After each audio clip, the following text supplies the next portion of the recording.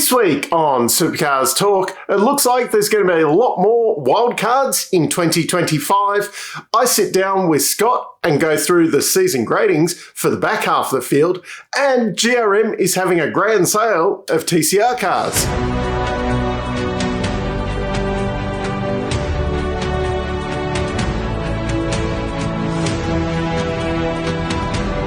The big news this week is that if you want to buy a TCR car to run in the category, there are a lot going cheap.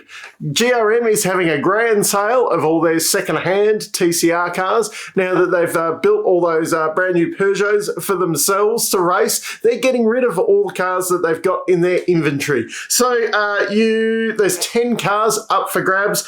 5 old school Peugeots, 3 Renaults and 2 Alphas could be yours for a sum of money.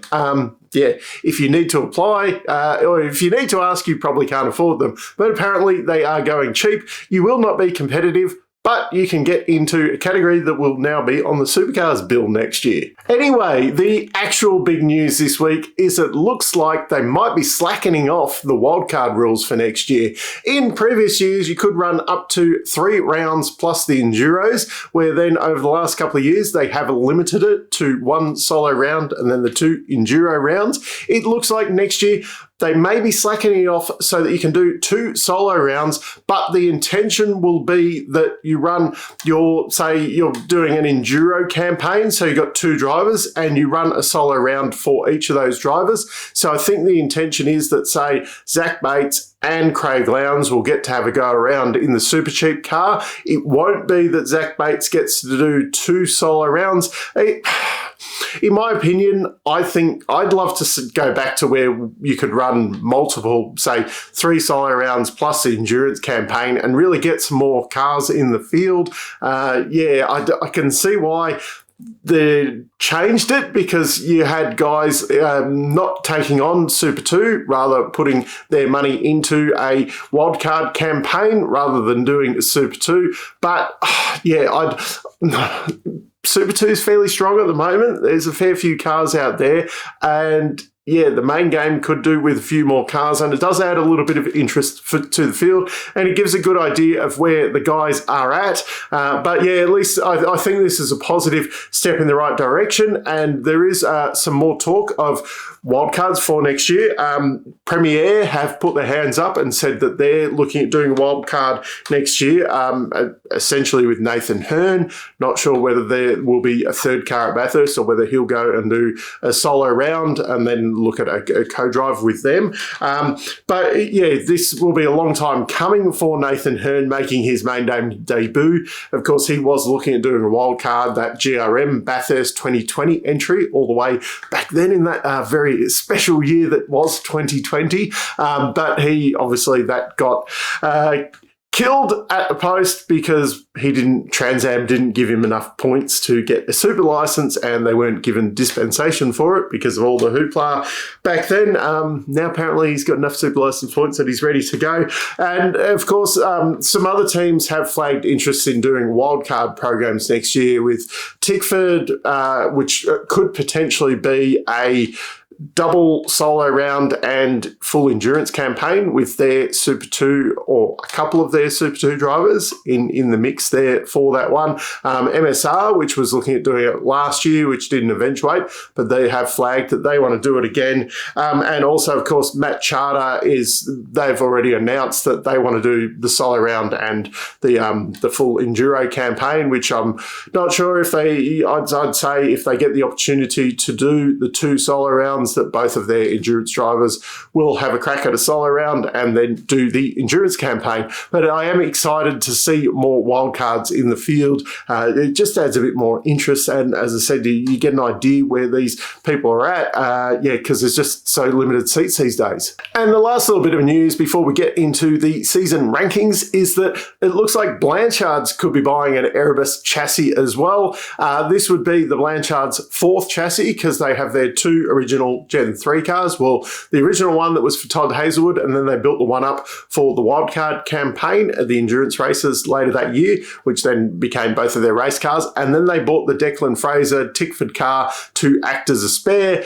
This Erebus-built chassis will be going in as the new James Courtney car, which then one of the current cars will filter down as another spare, and then they'll have another spare. Lots of spares there for a smaller team. But it will be interesting to see if this does actually eventuate, and then whether that catapults them up the field a bit, or whether, they're chasing their tails again and makes it actually worse because they've got kind of two different spec cars, even though they're all supposed to be built the same. Some people say that they're quite different. Now it's that time of year where I sit down and give everyone gradings, but for something a little bit different this year, Scotty has once again joined me, and he's going to be giving me a bit of assistance in grading the people. This week we're looking at the back half of the field, so the lower half of the team's championship, and then next week we will be doing the front half of the field. We may have already recorded both of them, but because they were ending up quite a long time, so I've split it into 2 episodes. But enjoy the back half of the field. So once again, I've got Scotty back on. This time we're going to do an end of season report card, where we'll have a look at where everyone was in the mid-season, and then give them a rating for the end of the season. But welcome back, Scott. Cheers, Dave. Thanks for having us on board again, mate. Movember's gone now, so the dirty Sanchez is gone. And nice and clean, and looking forward to having a good chat with you, mate. Streamlined for doing the school reports. Yes, exactly right, mate. Yeah, no drag resistance here. And in tradition, we're going to run through in reverse championship order once again. So no guesses for who's first up this time, as per usual.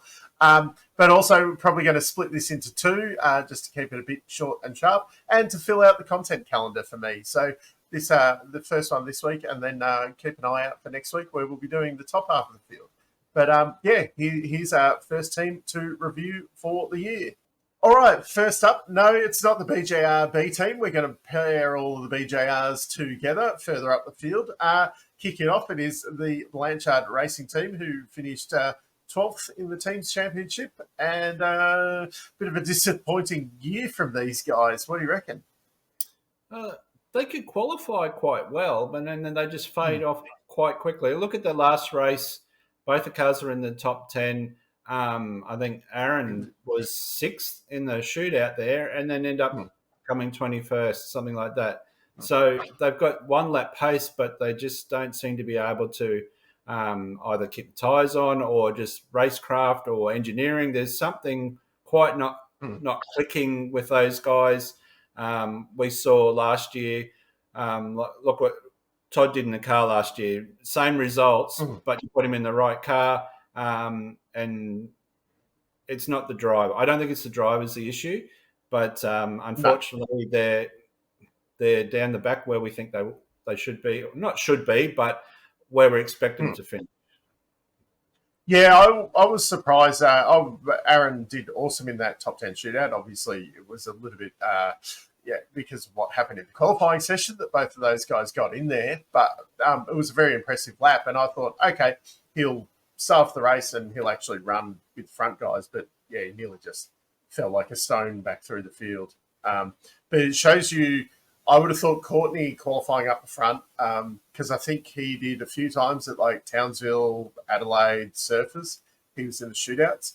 And he, once again, just dropped back in the races, as shown by only 2 top 10s for the team during the year. The points split as well. I mean, 57 to 43%. That's definitely not the worst in the field. So that shows, like, if Aaron Love's had a pretty shocking year, you would expect someone like James Courtney to then dominate him, where he really hasn't. So it is obviously more an equipment issue than drivers. Well, the cars themselves and the drivers seem to be quite quick in first practice and the start of a race weekend. And it's almost like they engineer themselves backwards. Yeah. They can roll out a truck quite well, but can't. Or as the other teams maybe move forward, they don't move forward at all. And now I've brought up their end of years stats. Obviously, that was a mid-season report card there, and as you can see, the gap actually got closer in the points between the two of them. Courtney scoring one extra top 10 towards the end of the year, but I would have thought Courtney could have at least, snuck in a podium. I think the stat is that he'd had a podium every year he'd been in the category. And when you think about it, he's had some pretty lean years, like with some of the Walkinshaw years and even a couple of the years at Tickford were very lean, and he'd still managed to score podiums in those years. To not even trouble a podium once this year shows you, I suppose, where they're at. I think if you were to dive down the rabbit hole to have a look at how the year went a little bit further, they've probably done better than what they did last year, but the whole category moves ahead that fast that they just haven't done as good a job as the rest of the guys. They need to make big improvements, not, little improvements. And there didn't seem to be a big step going to the Walkinshaw setup sheets or whatever they were buying off Walkinshaw that was supposed to give them a big jump up the field. It's tough, and I don't like giving people bad scores, but I think probably both the drivers a C plus, and I'd probably give the team overall a D. I think they went to a 2-card team from a 1-card team, thinking that would propel them further up the grid, but it just hasn't happened. No, I think the biggest surprise for me though, they'd actually got themselves into the pit stop challenge at Bathurst. But then also you could fudge that a little bit depending on if you played your cards right with some of those refueling races if you didn't chuck much fuel in. Well, a funny thing, it may not have been picked up on telecasts a lot, but from the track, these teams that weren't vying for any positions, they were doing extra pit stops during a race to smash out these good pit stop times. This may well have been one of those instances where they were able to get better and better with their pit stops, and that's propelled them into where they ended up in the challenge for the end of the year. Which that was one of the big things that they were flagging with bringing the second car on, that it does make it easy with pit stops and that, because then they have got the right amount of crew, whereas previously they were hamstrung because everyone on the crew was having to jump in on the pit stops with being a 1-car team and just having, the smaller crew allowed at the track or performance personnel. But, I don't think them getting into the Pertec pit stop challenge shows that they've made big leaps and bounds in that area. Well, you think with JC coming on board, someone with his credentials, he's won a championship and everything, you would pretty much expect him to make some gains, but it just didn't happen. Aaron wasn't able to benchmark himself, I suppose. There's been talks of maybe losing his seat, but I think that'd be quite unfair after 1 year. He's not had the chance to show what he can do. But, you don't want to see any team fail or do badly, but I expect these guys to at least make gains during the year. Yeah, although, it's definitely going to be hard for them to move forward as well because of the quality that's around them. Exactly right. So we'll put that there. So I've given them C pluses for the drivers and D overall for the team. I think we're happy with that. Yeah. All right, next up we've got Team 18, who were 7th in the team's championship mid-year, and I gave them a D. Both the drivers got a C. Bit of a disappointing start to the year. 14th and 15th in the championship. 50% of the points each. No big standouts, except Frost got 2 podiums. And then we move on to the end-of-year results. And not much changed, except they went backwards in the team's championship down to 10th, which, not many behind them, really.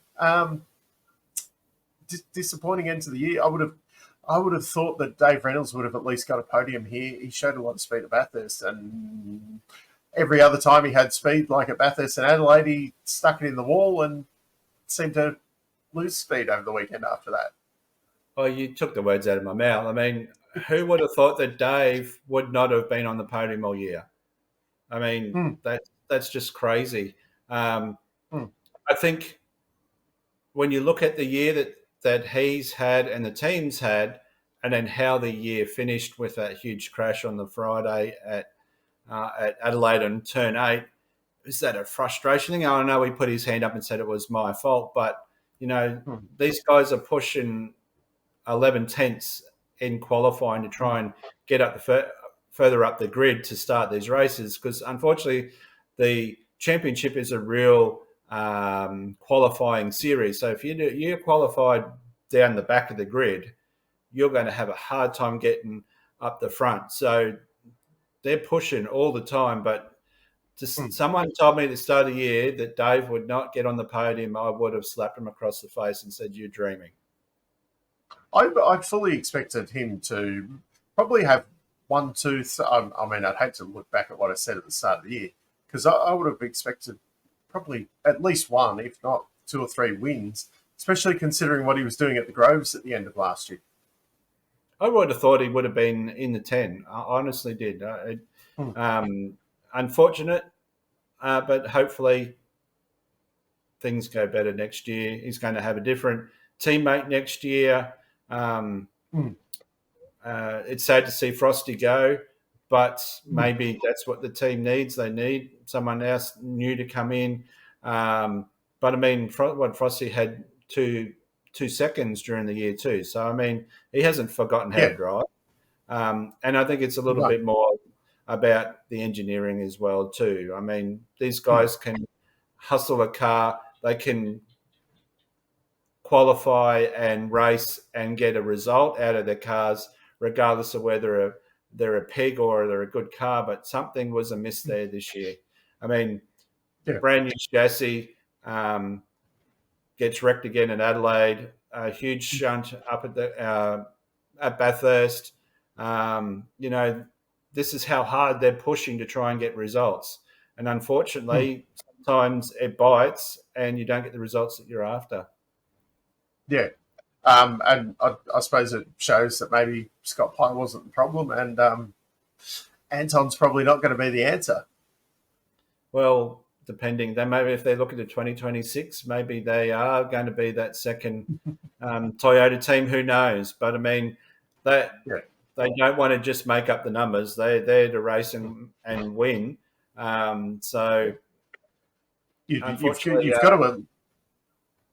You've got to at least get yourself competitive with the other Camaros, though, before you think that you're going to take on Walkinshaw's in a Toyota project as well. oh, exactly right. I mean, you got to look after your own backyard first before you invite someone over for a barbecue. But yeah, no, they're a big disappointment, and to see looking at what they ended up with, 10th in the teams championship, they should be up at least in midfield at very worst. Yeah, I'm honestly thinking a D for both of the drivers, because I expect a lot more from them, but then an E for the team. And that, I suppose that's harsh, rating them worse than Blanchard's, but they should be doing better. Yes, I agree. And now for the other kings of YouTube, Brad Jones Racing. So mid-year, fairly standard kind of scores for all the guys. A D, they're running 10th and 11th in the championship. 12th for Jaime in the championship, and the other guys were pretty disappointing. It actually got worse towards the end of the year, didn't it? I suppose Jaime dragged himself just into the top 10. Teams-wise, moving up to 9th for the A team. Unfortunately, the B team dropped down to 12th. My biggest surprise in all this was the actual split between the team points. It's a bit different with this, splitting them over the 4 drivers, but they should be aiming, I suppose, around that 25% each. Obviously, split 100% 4 ways. Jaime leading the way, no surprise, with 32. But then Jackson Evans was a long way behind the other 2 guys, which surprised me a bit. Wasn't helped by him having to sit out the last race at Adelaide, but yeah, 20, 30 points he probably would have scored for, in the back half of the teens, early 20s, it's not going to make a hell of a difference at the end of the year. It shows that Mac is probably not doing a terrible job, and it's still another equipment thing. I think with Jackson coming from the Porsches, I think it shows that even though you can be extremely good in Porsches like he was, it's still another step up again to come into this category. I mean, you can't really call them tin tops anymore because they're all carbon composite material. But I mean, when we talk tin top drivers and categories around the world, we've got some of the best drivers racing tin tops around the country. And Jackson's come in a well-credentialed Porsche driver where I suppose there's a lot of aids on those cars where they can hustle the car, but when it's a more driver-centric car like the Gen 3 cars, and it's a lot more finesse required to drive these cars, it's taking a little bit longer. I suppose if you ask him the question, he'd probably say that he would have expected to be further up the grid than what he has. He's taken a little while to adjust it. But like any of them, the longer you're going to be in there, the better you're going to get. And I think he's in a very good environment there with the team there to learn as well too. But, I mean, Brycey, talking to Brycey during the year, he's a bit frustrated, and they all want to win, obviously, but and the drivers are their own worst critic. So they'll always give themselves a bad score as well too. Yeah, he did a bit of a Stephen Bradbury during the year and got a podium there. But even for Jaime too, like I expected to see Jaime further up the grid there as well too. But Macca's sort of caught in the middle there somewhere. He can obviously steer a car and does a great job. Always has the best looking car there, the best race suit, the best helmets and everything. That's part of the package, we're in we love it because it's an entertaining industry as well too. They're providing entertainment, but when you get to the nuts and bolts of it, they all want to be doing well and winning races. As a team, I dare say they'd be very disappointed that they went further up the grid. And I suppose further up the grid is probably the big issue there as well, because you did see like Jaime would race forward basically every race. And even Bryce is quite good at that, moving from, say, 20th to 15th. But if you were qualifying, say, 12th and moving forward to 8th, it would make a massive difference in the championship rather than qualifying, in Jaime's case, 15th and then moving up to 7th or 8th. He could be qualifying well within that top 10 and then moving into the top 5. And then you would actually see him in that kind of top 5 of the championship because obviously the bloke can race.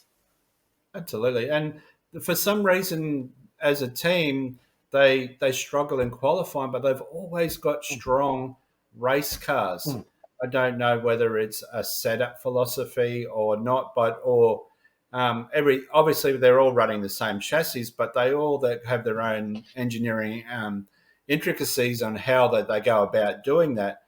Maybe there's something in the way that they set up. Instead of going down a certain path, well, let's try something different. But because you don't have the testing allocation like we would in the past, you don't want to be using a race meeting as a test session, because if you're out of the window, and you're playing catch up all the time. That's whereas the guys that have come out, got their car in the setup window straight off the truck, they're always sort of leading the rest of the pack. They're qualifying very well, but these guys can race well. They've always got a very strong race car, but you're 100% right. Qualifying is the big issue. And you get caught with sheep station battles going on down the back of the grid where, but they could be having great battles there and enjoying themselves, but they're not enjoying themselves because they're not further up the grid. Some of the best battles we're watching this year have been between, kind of the BJRB team and the Blanchards, battling, like it's the end of the world for 20th position on the track or something. But I think it's probably even going to get harder for these guys next year because there is more testing restrictions. Yeah. So even then, you can't go and chew up a whole test day just trying to play with the qualifying setup.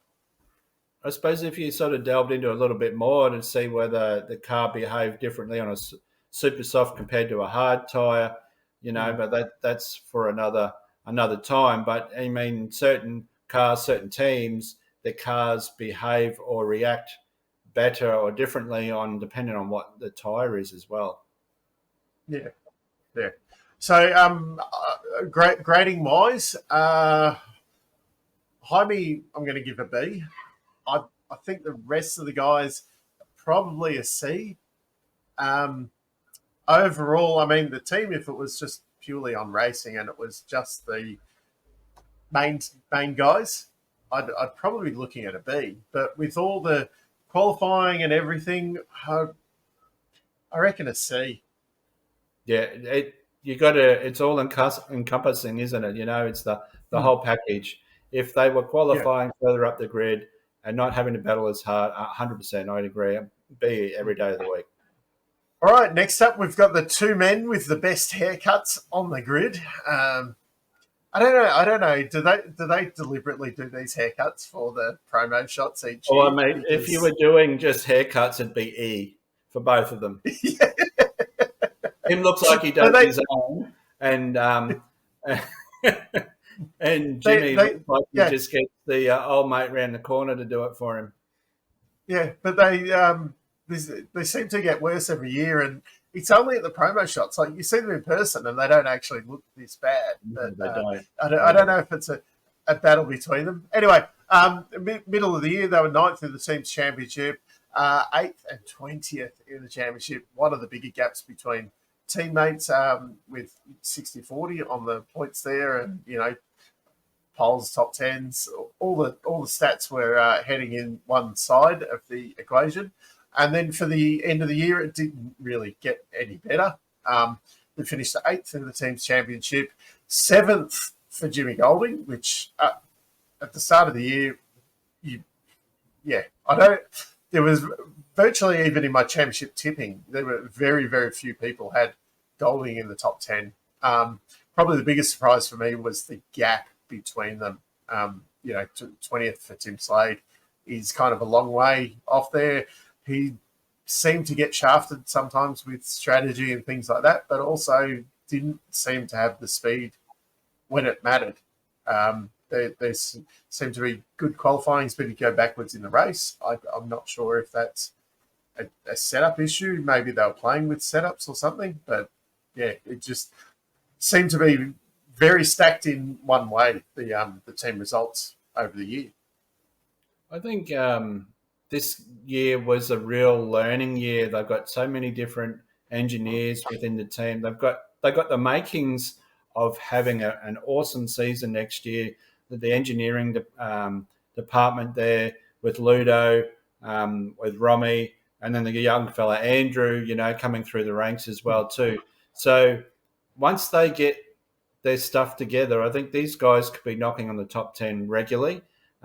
Jimmy's had a really good year. When he got out of the supercar and ran the Trans Am as well, he was super fast. I think he won every race at Bathurst before Adelaide in the Trans Am as well too. So he was in a rich vein of driving form towards the end of the season there. But I think you're right. Tim's a better driver than his results show. And it'll be interesting to see where he pops up next year. And he'll be a real asset to whatever team he ends up co-driving for. These guys, they were on at times. They were showing they could be the real deal, and then sometimes they can shoot themselves in the foot. So, I usually refer to them as the Haas of supercars, where they seem to one will be up in qualifying and one will be down, and then in the race it'll switch around, or you just don't see anything of them during the race. That's fair. And then you get flashes of brilliance, and then well, where are they? Yeah, that's it. Sometimes you do your notes for the weekend, and you're like, don't even recall these guys being there. Yeah. So, and the funny thing was, even that sometimes happened when Jimmy had finished sixth or something like that. And you're like, how did he get there? Yeah. Like, yeah. Yeah. Anyway, score-wise, because of the up and down of everything, the team gets a C. Jimmy, I'm a B+. I think it was probably a bit of a breakout year. He, he's not too far away, I suppose, from getting that first win. He's had his pole. He's been on the podium now. Needs that first win. It's harsh, but Slade, probably a D. And I don't know if there's other stuff going on in the background. I know that we're looking at replacing him earlier on in the year and things like that. But, yeah, we can only go on what we know. So, unfortunately, that's what it is for them. Absolutely. And, like during the year, it looked like both of them were leaving the team. And then Jimmy's found this rich vein of form that's probably saved his seat. So next up, we've got our favourite team, the boys from Matt Stone Racing. So probably a bit of a breakout year for Matt Stone Racing. It's been very easy to say nice things about them most of this year.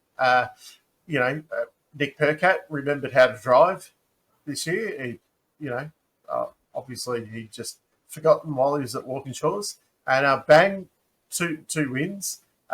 So in the middle of the year, they were 6th in the team's championship, 9th and 16th in the overall championship.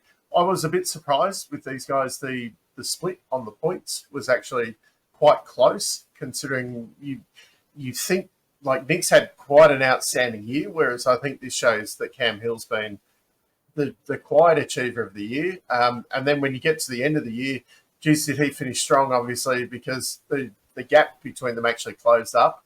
And, Cam had got himself into 12th in the championship, so moved forward, although they were ultimately overtaken by Erebus in the team's championship. But, yeah, someone was on a bit of a trot towards the end of the year, scoring a lot of points. But, yeah, definitely breakout year for Matt Stone Racing. Absolutely. Matt's philosophy is we do better this year than we did last year. So next year, he'll expect the team to step up again. The team's made gains all through the whole business. They're one of the youngest teams on the grid, and the guys work extremely hard. Cam, I've been watching Cam since really closely since probably Bathurst last year, and his consistency is just slowly getting better and better and better. And Nick, what an awesome year he's had. I don't think he's forgotten how to drive. I think he's just found the love for the sport again. He was almost done. He was like, I'm done. But, he met with Matt and straight away knew that it was going to be a good environment. It's a very similar environment to the family feel and what he had at BJR, and he drove really, really well there as well too. I think with Matty and Jimmy and how well they understand these Gen 3 cars, they were hands-on from the very first time that the chassis and all the nuts and bolts turned up from day one. So they know these cars inside out. The engineers, what can you say? You can't say anything more about Forgy, his credentials with Cam. And Jack Bellotti with Nick as well has done a fantastic job. But you can see with Nick, he loves the sport again. And as soon as he drove the car for the first time, it just suited him. He felt comfortable in the car and he could extract the speed out of it. I think these guys were really probably disappointed that they didn't have more podiums or fighting for more wins. We could have had both guys in the top 10 towards the end of the year if our enduro season had worked out the way we would have liked to. But yeah, it's hard to be disappointed with a year like that. And I suppose the more you be successful, the more you expect, and the more disappointed you'll be if you don't actually reach those goals. Well, a little birdie tells me that the enduro campaign should be a little bit better stacked next year. But this was probably the year that I was expecting more from Cam Hill last year. And if he continues on this trajectory, I can see him really challenging Nick next year, getting himself well into that top 10, but battling it right out. Obviously, the battle next year is going to be that you've probably got a couple other people stronger in the field. There was obviously, Erebus were hampered this year, which they're probably going to be hampered as well next year. But I think like the DJR, they'll be a lot stronger, which then will push some of these guys back a little bit more next year. I think you look at Cam's credentials and all the other categories he's raced previous to coming to racing main game. That's the reason why he was chosen to come and race for Matchstone Racing, because he's driven a lot of cars. He's driven them well. He's won in these cars. He's probably in his own little world. He's probably very disappointed he's not gotten to a higher standing in the championship earlier than what he has, because he's got a very high standard that he sets, like a lot of the drivers do. And we're starting to see why he was chosen to come and drive at Matchstone Racing. If we can just get some of these mistakes out of hitting concrete walls and that sort of thing, and just take the little mistakes out, he'll be in the top 10 nearly every round, just like we expect Nick to now as well too. So from the little team that could to the team that can, there's next year is going to look like a really good year. So gradings for the year, I was tempted to go A, but I think a B plus for Nick. He just wasn't consistent enough to get himself into that A. I had high expectations this year, but he has impressed me. Cam, I'm going to give a B, and the team overall a B. There is still a lot of room for improvement, but the way they have performed this year has been mighty impressive. One of the stats you've been putting up there, I've noticed too, is the lack of DNF on a lot of these teams this year as well too. That's something that's just really hit home. These guys are operating at such a high level now with this equipment that these cars aren't failing, or the drivers aren't. They're maybe making a couple of mistakes, but they're not race-ending mistakes. So that's a really, really good thing for the category as well too. But I think you're quite fair with the grading there. Next year, hopefully, we're rating them a lot higher. So that's the midway point. So we'll call it there for this week. Keep an eye out next week. We'll be covering the top half of the field with hopefully some better scores, because some of them have been a bit ordinary this far. But yeah, keep an eye out for that video, and we'll be back for that one. Take care, guys. See you next one.